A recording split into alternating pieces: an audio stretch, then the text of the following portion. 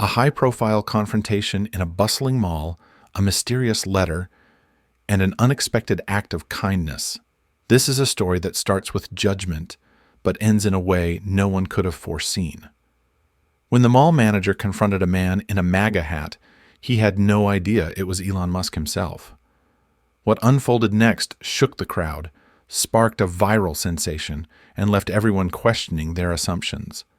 Would you let a single moment of misunderstanding define how you see someone?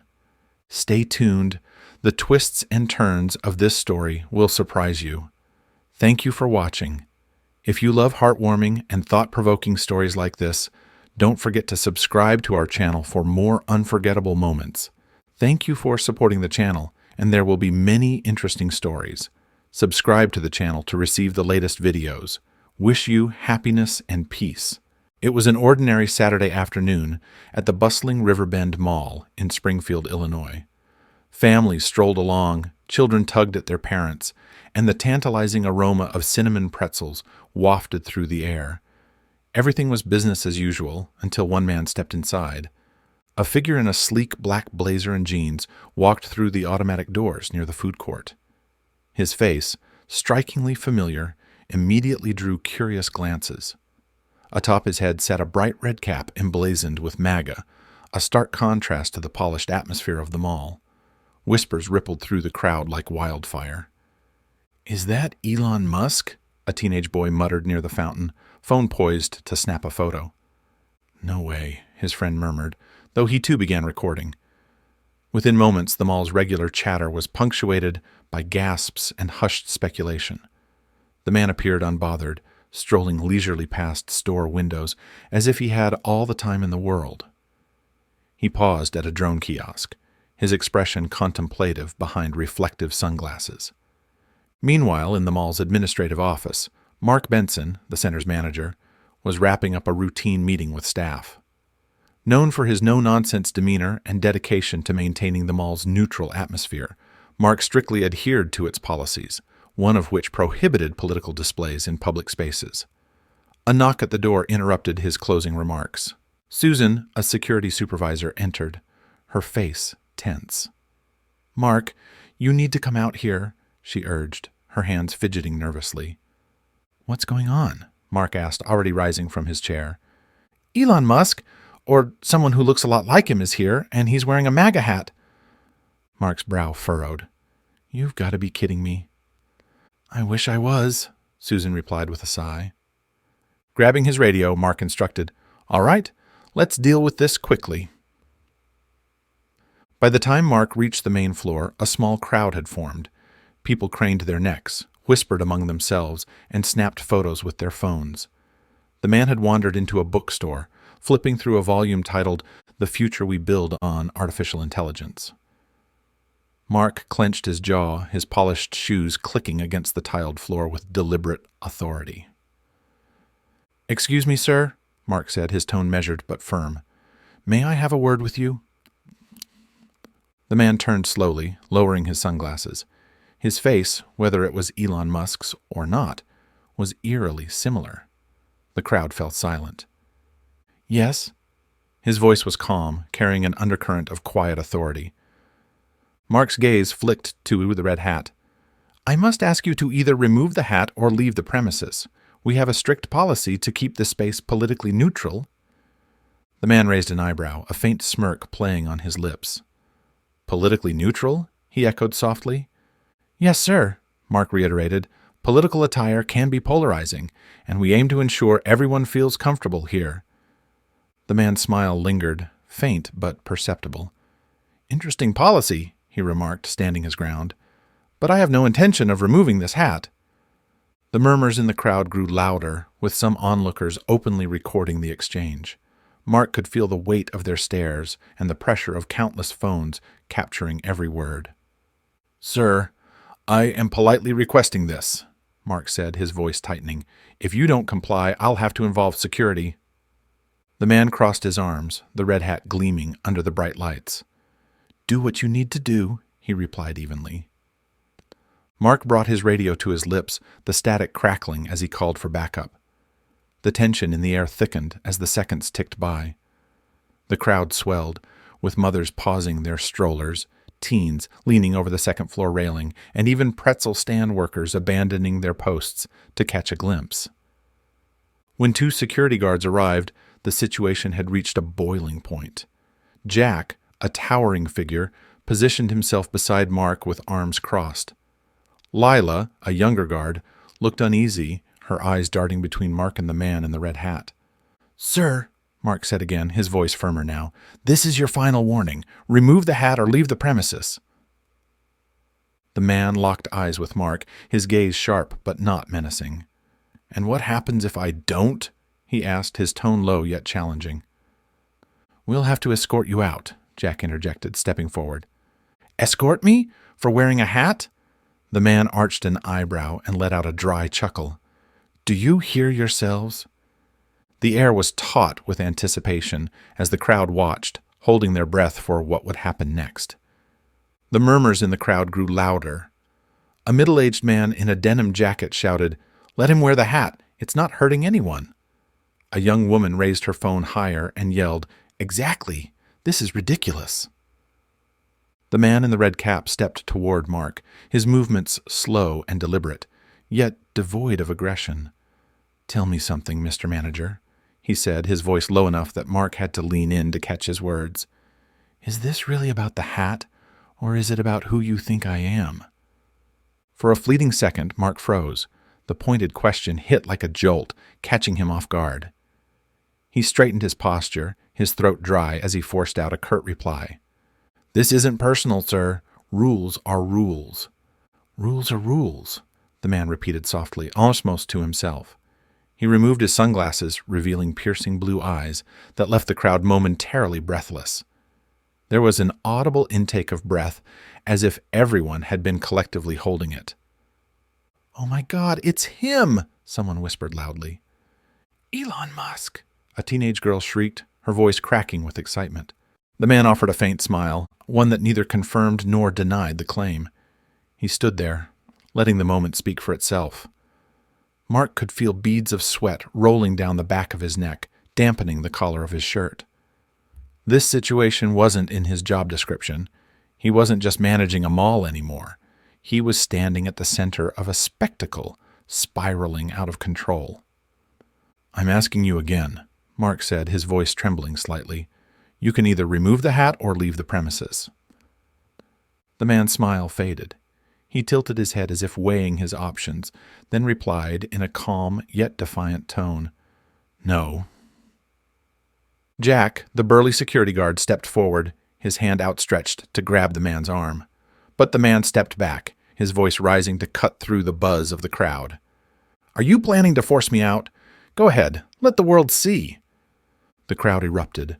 Some cheered and clapped, voicing their support, while others stood agape, recording the scene with their phones.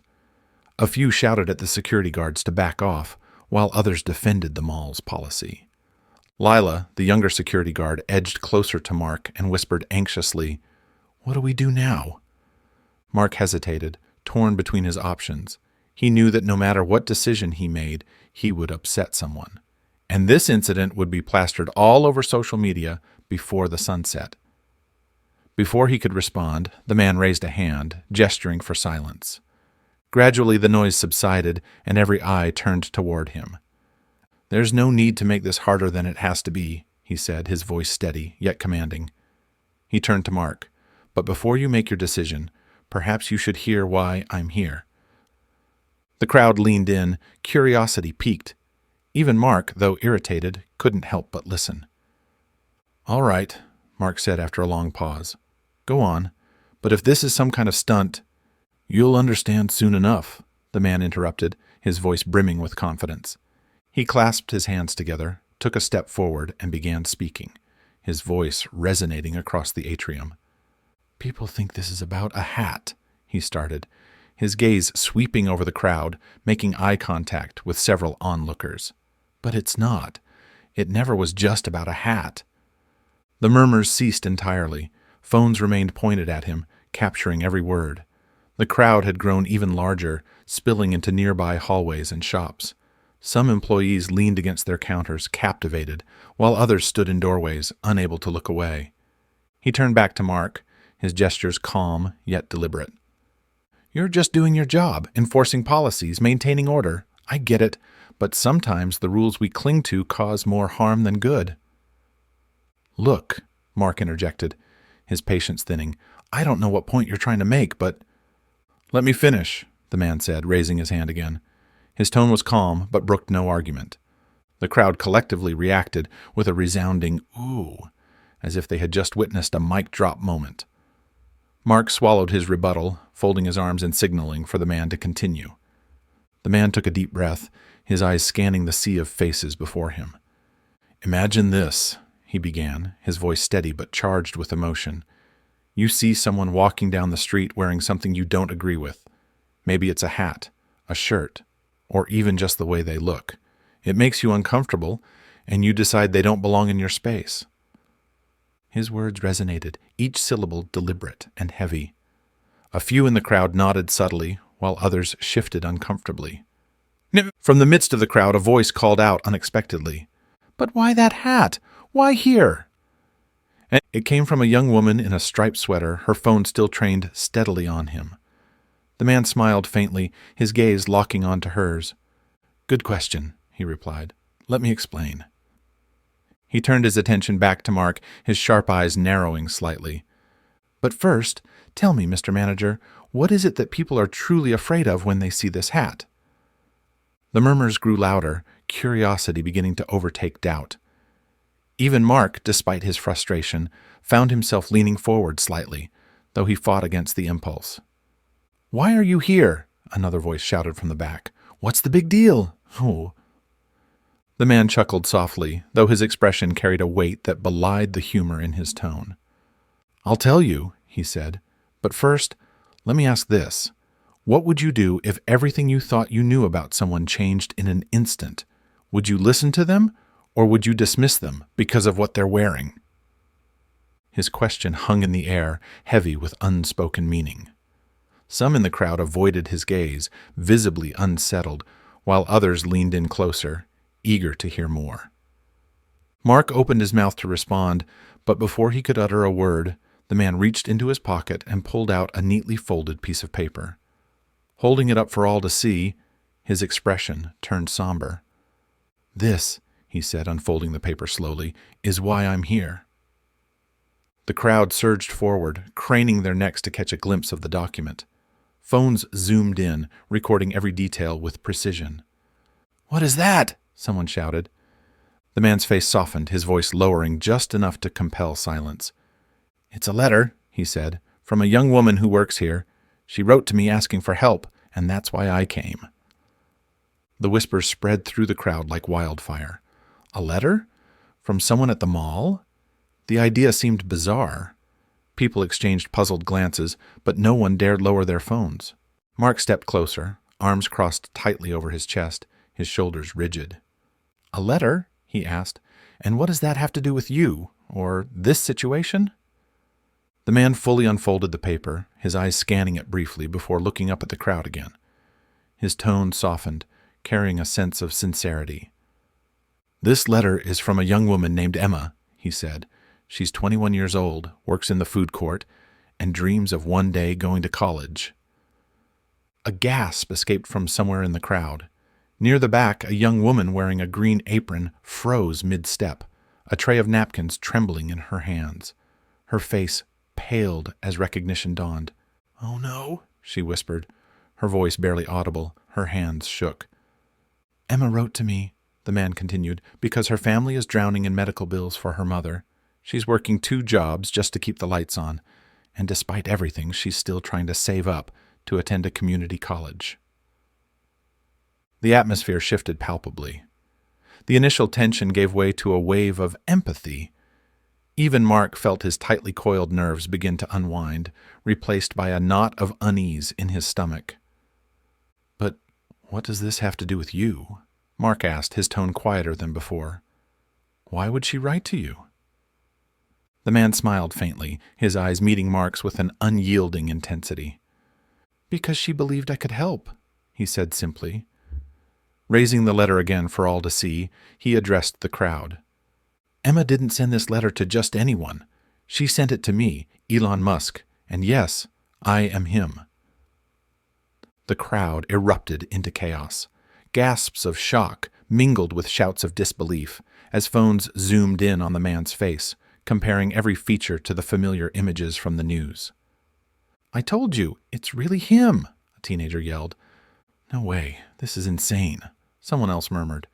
Even Mark, the usually composed mall manager, stood frozen, staring at the man.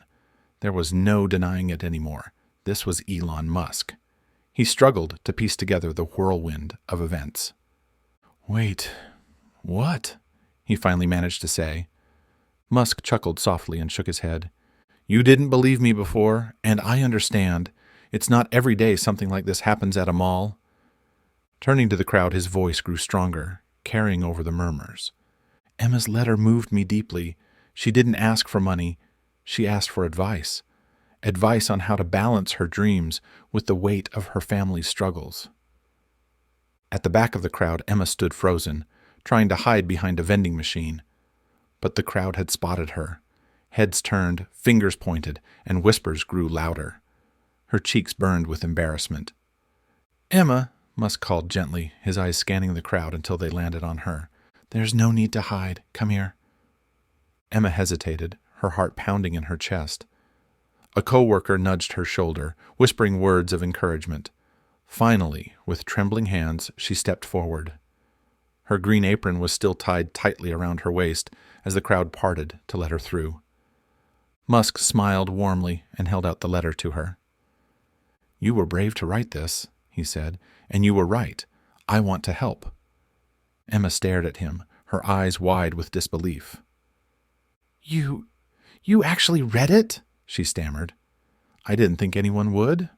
"I read it," Musk confirmed, "and today I'm here because I wanted to meet you in person." Tears spilled down Emma's cheeks as the weight of the moment sank in.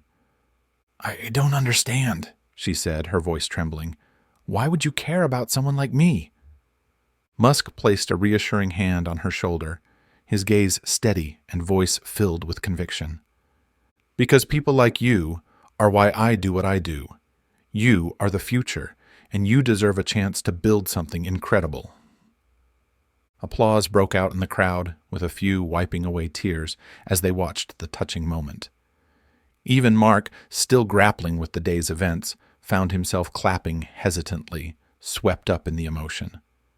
Emma wiped her tears with her sleeve, her voice shaky as she said, "But I don't know what to do next. I'm just trying to survive." Musk smiled, his eyes locked on hers, offering reassurance. "Start with this." He reached into his jacket pocket and pulled out a small envelope. "This is for you. Think of it as an investment in your future." Emma took the envelope with trembling hands, cautiously opening it. When she saw what was inside, she gasped, her eyes widening in disbelief. Covering her mouth with her hand, she choked out, It's $50,000. The applause swelled, louder and more enthusiastic than before. Cheers and whistles filled the air, dissolving the earlier tension and replacing it with pure excitement and admiration. The entire mall seemed to buzz with energy as people clapped and shouted their congratulations. Emma stood motionless, clutching the envelope as if it were a lifeline. Her co-workers rushed forward, patting her on the back and offering words of encouragement. Around them, the crowd buzzed with chatter, everyone eager to capture the moment on their phones. Mark approached cautiously, torn between his professional demeanor and the human emotions flooding him. "Mr. Musk," he began, his voice softer now, I didn't know about her situation. If I had—" Musk turned to him, his expression calm, but his tone resolute. "You didn't know because you didn't ask." The words hit like a sharp rebuke, and Mark flinched slightly. Musk's voice, though even, carried an unmistakable weight. "You saw a hat and made a judgment. I get it. Rules are rules. But sometimes rules need to bend for the right reasons." Mark nodded, shame creeping into his posture as Musk's words sank in. "You're right," he admitted. "I was so focused on enforcing policy that I missed the bigger picture. I'm sorry." The moment hung heavy, the crowd watching intently as Musk's face softened ever so slightly. He nodded, then turned back to Emma, who stood in stunned silence. "Use this wisely," Musk said, his voice gentle but firm. "This is just the beginning. The rest is up to you." Emma nodded through her tears, clutching the envelope as the applause swelled once more, filling the mall with a sense of hope and admiration that no one there would forget. The ripple effect, humanity behind the hat. Musk's expression softened as he gave a slight nod. "Apology accepted. But remember this, people are more than what they wear or the opinions they hold. Sometimes it's worth taking the time to understand the person behind the surface." The crowd murmured in agreement, a few nodding thoughtfully. Musk turned back to Emma, the warm smile returning to his face. "This is only the beginning," he said. "Use this opportunity to chase your dreams, and when you have the chance to help someone else, pay it forward." Emma wiped her tears, her voice trembling but resolute. "I will. I promise." As the crowd began to disperse, the atmosphere shifted once more. The event had been captured, shared, and dissected on social media, sparking a wave of discussion. News outlets quickly picked up the story, hailing it as an unexpected act of kindness from one of the world's most famous figures. In his office, Mark scrolled through Twitter, his face paling as he read the comments. Most praised Musk for his generosity and Emma for her bravery, but many criticized Mark, accusing him of bias and overreaction. He sighed heavily, the weight of public scrutiny pressing down on him. Yet, amid the negativity, one comment stood out. "Sometimes we all need a reminder to see the humanity in one another. Today's lesson, do better." That evening, Emma sat at her kitchen table, holding the check in her hands. Her mother, frail but smiling, reached out to clasp her daughter's hand. "You've always been a fighter," she said, "and now you have a chance to do something incredible." Emma nodded, her eyes glowing with determination. She didn't know exactly what the future held, but for the first time in a long while, she felt real, tangible hope. Meanwhile, Elon Musk left the mall as quietly as he had arrived. Declining interviews, he waved to fans and exited without fanfare. Yet, his actions left an indelible mark, not just on Emma, but on everyone who had witnessed the day's events. The following morning, the management team at Oakwood Plaza released a formal apology for the incident, pledging to review policies to ensure a more inclusive environment. Mark himself authored the statement, vowing to approach his role with greater compassion and understanding moving forward. The story became a viral sensation, sparking conversations across the nation about judgment, empathy, and the transformative power of small acts of kindness. Emma's journey inspired others to share their struggles, leading to a wave of support and meaningful community initiatives. In the end, what began as a confrontation over a hat evolved into something far greater, a powerful reminder of the humanity that connects us all, even in the most unexpected places. This story reminds us of the power of empathy, second chances, and seeing beyond first impressions. Have you ever had an opportunity to help someone or change their life for the better? Or perhaps you've been on the receiving end of a kind act that changed your perspective. Share your thoughts and experiences in the comments. Your voice could inspire someone else to make a difference. If this story touched your heart, don't hesitate to share it with your friends and family. Together, let's spread the message of kindness, understanding, and the courage to break down barriers. Thank you for watching and supporting us. Let's take small but meaningful steps toward building a world filled with compassion and hope. Subscribe to our channel for more inspiring stories, and may your day be filled with positivity and joy.